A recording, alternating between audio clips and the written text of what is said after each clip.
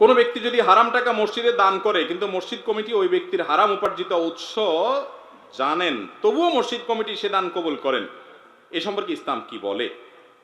দেখেন, স্পষ্ট হারাম যদি জানে, হারাম বিশেষ করে একটা প্রকার আছে হারাম লিআইনিহি, একেবারে মূলগতভাবে হারাম। যেমন একটা লোক চুরি করে টাকা নিয়ে আসছে, একজনের পকেট মারি করে টাকা নিয়ে আসছে, এই টাকাটা আইনা মসজিদে দিচ্ছে, আপনি জানেন, তাহলে আপনার জন্য টাকা নেওয়াটাও হারাম, এই টাকা নেওয়াটাও কি হারাম।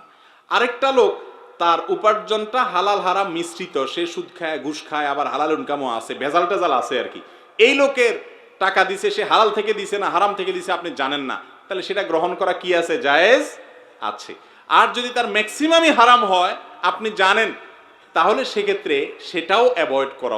সবাই দুনিয়ায় পয়সা ছাড়া কিছু বুঝে না, আমরাও আজকাল অনেকে এরকম হয়ে গেছি, পয়সা ছাড়া কিচ্ছু বুঝি না। মসজিদ কমিটির লোকদের দায়িত্ব ছিল, কারণ তাদের চারটা বৈশিষ্ট্যের একটা হলো ওয়ালাম ইয়াখশা ইল্লাল্লাহ, আল্লাহ ছাড়া কাউকে পরোয়া তারা করবে না। তাদের দায়িত্ব ছিল কি? তাদের দায়িত্ব ছিল আল্লাহর ঘরে কোনো হারাম টাকা আমরা প্রবেশ করাবো না চেষ্টা করা।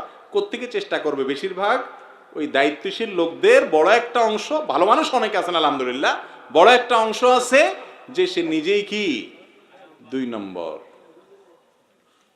আবার সবাই না, আল্লাহর ঘরের খেদমত করেন, কমিটির দায়িত্বে আছেন, বহু হাজার লাখ ভালো মানুষ আছে আলহামদুলিল্লাহ আমাদের দেশে।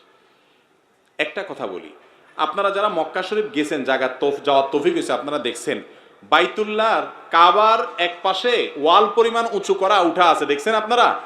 এটাকে বলে হাতিমে কাবা।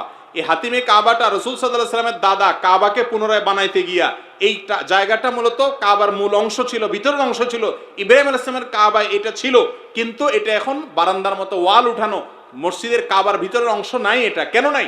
এটা না থাকার কারণ হলো রাসূল করিম সাল্লাল্লাহু আলাইহি সাল্লামের দাদা তিনি এই মসজিদকে যখন এটা ভেঙে পড়ে যাচ্ছিল, পুরান হয়ে গেছে, ইব্রাহিম আলাইহিস সালাম সেই মসজিদকে পুনরায় নির্মাণ করছেন, তখন তিনি সহ মক্কার তখন মুশরিকরা পর্যন্ত বসে সিদ্ধান্ত নিলেন আল্লাহর ঘরে আমরা হারাম টাকা ঢুকাবো না, আর সমাজে হালাল টাকা কম থাকে, এই জন্য তারা টাকার অভাবে এই জায়গাটা মসজিদে ঢুকাতে পারে নাই।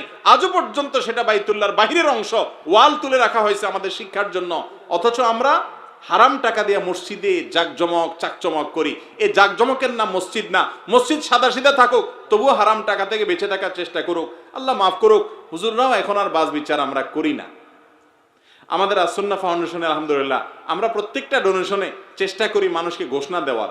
এই যে সামনে কমপ্লেক্সের ঘোষণা হবে, অলরেডি আমাদের রেডি করা আছে যে সবাই হালাল উপার্জন যাদের আছে তারা দিবেন, হারাম টাকা দিবেন না। আমাদের পক্ষ থেকে নিষিদ্ধ করা থাকলো, দিলে দায়িত্ব আপনার। ইন্নাল্লাহা তাইয়্যিব লা ইয়াকবালু ইল্লা তাইয়্যিবা, হাদিসে আসছে আল্লাহ পবিত্র, হালাল ছাড়া কিছু দিলে তিনি সেটা গ্রহণ করেন